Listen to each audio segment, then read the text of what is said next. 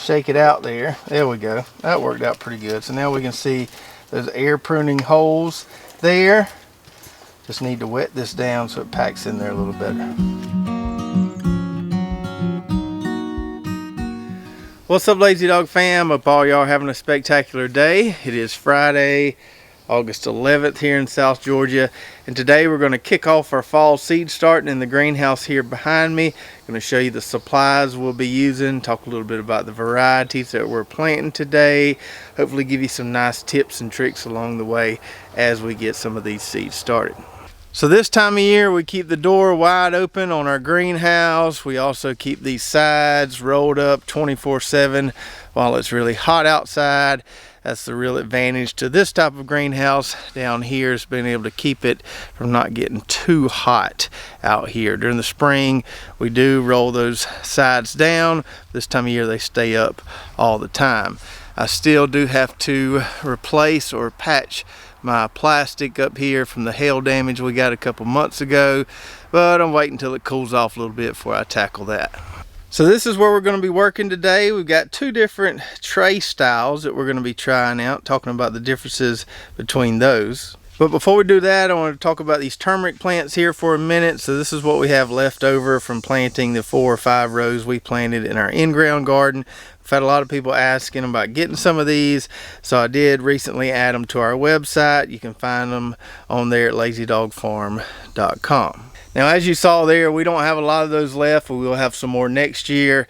If you live in the south, you can probably still get away with planting those in the ground, but if you're up north, you probably want to put them in a container inside your house, and then you can do like we've done over the last couple of years.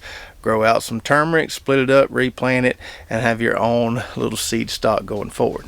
And just a reminder about the promotion we have running on our fig trees right now that will expire this coming Monday. These are some beautiful improved Celeste trees we have. Some of these got figs on them. That one there has got a close to ripe fig on it. So you can use the code FIGPOT, one word, to get 15% off any of our fig tree varieties right now. Alright, so now for a little seed starting. Now I'm sure I'll have some people that disagree, but in my opinion, fall seed starting is a lot easier than spring seed starting, mainly because we don't have to worry about the soil temps being warm enough like we do in the spring. In the spring we have to use heat mats to get the soil warm enough to get a lot of those tomato, pepper seeds to germinate. But this time of year, it's plenty warm enough out here. The soil is going to be warm enough to get these seeds to germinate. I do have to worry a little bit with lettuce, planting it too soon, because some of those pelleted lettuce varieties we grow won't germinate if the soil is too hot. That's why we're not going to start any lettuce today. Probably wait a couple more weeks to do that. But for all the stuff we're starting today, it should germinate really, really fast inside this greenhouse with some nice warm soils. A lot of times you can get this stuff sprouting in just a couple days. Now, as I told you when we did that video about our fall planting schedule, we're going to play around with a slightly different tray design here just for tickles and giggles. I don't hate anything about this PropTech tray here. No telling how many times I've used this tray, many seasons, but I saw these online and figured we'd give them a shot. And for a little historical perspective on this particular seed starting tray design, I'll tell you a little story. So back in the day when I used to go to a lot of these organic grower conferences, a lot of the people would talk to me about these trays called wind strip trays. And I guess they were real popular with a lot of the organic growers back in the day. I don't think they were this small. I think they were about the size of these PropTech trays, but an almost identical design to this one right here. Now, a lot of those market farmers really like this style of tray due to something they called air pruning.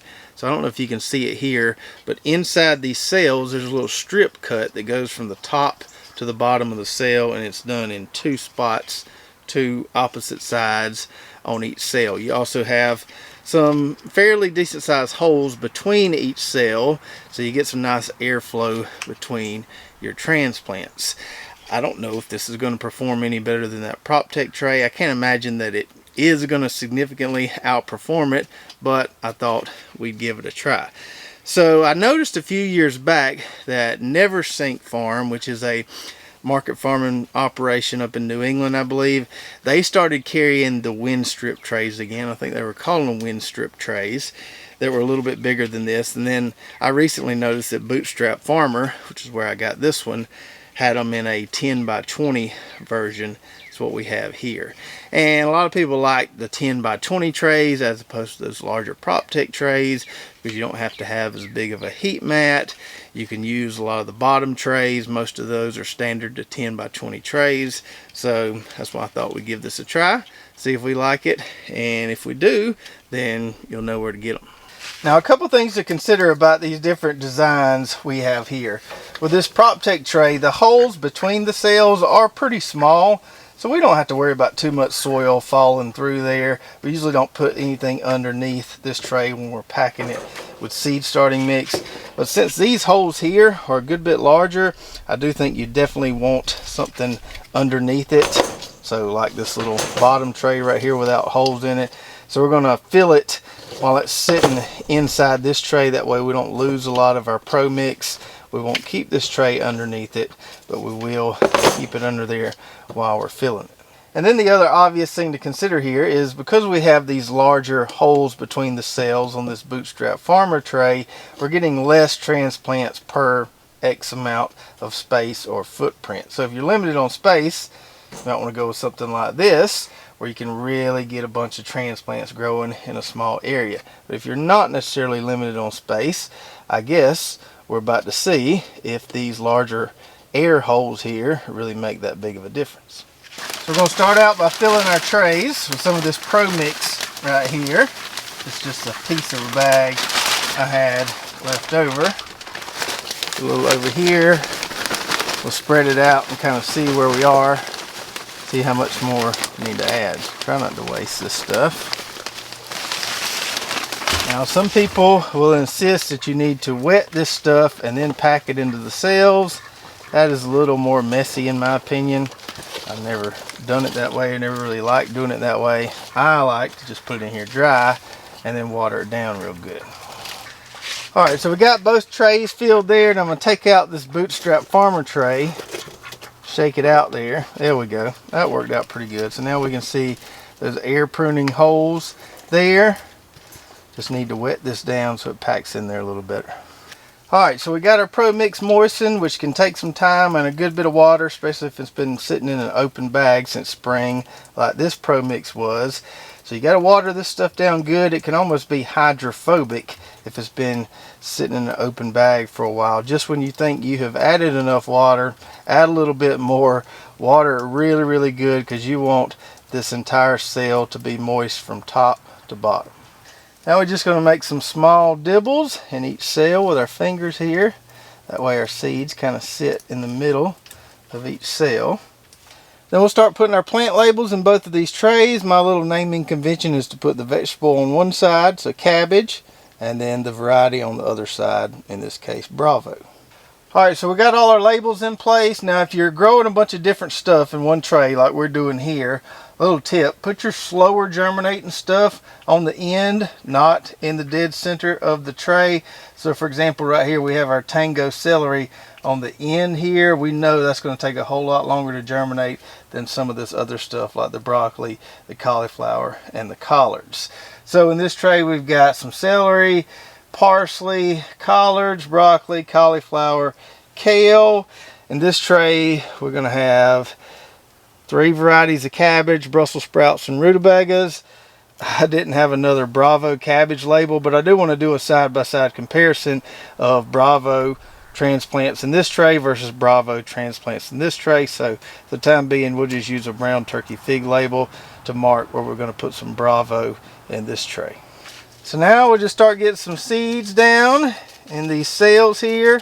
Now for these seeds that I just bought, that I just got in the mail, I'll probably just use 1 seed per cell, try to singulate them.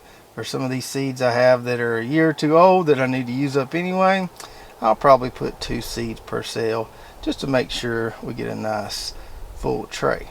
Alright, so we got all our seeds down there. It takes longer to open up and close all those packets than it does actually put the seeds in the cell. Now if you watch that video where we talked about the different varieties we're planting, I told you about these old-timey blue collards that Jeff sent us. We do have a lot of these seeds left over. I asked Jeff if it was okay, and he said yes. So we will have these on our website if you want to try these heirloom blue collards.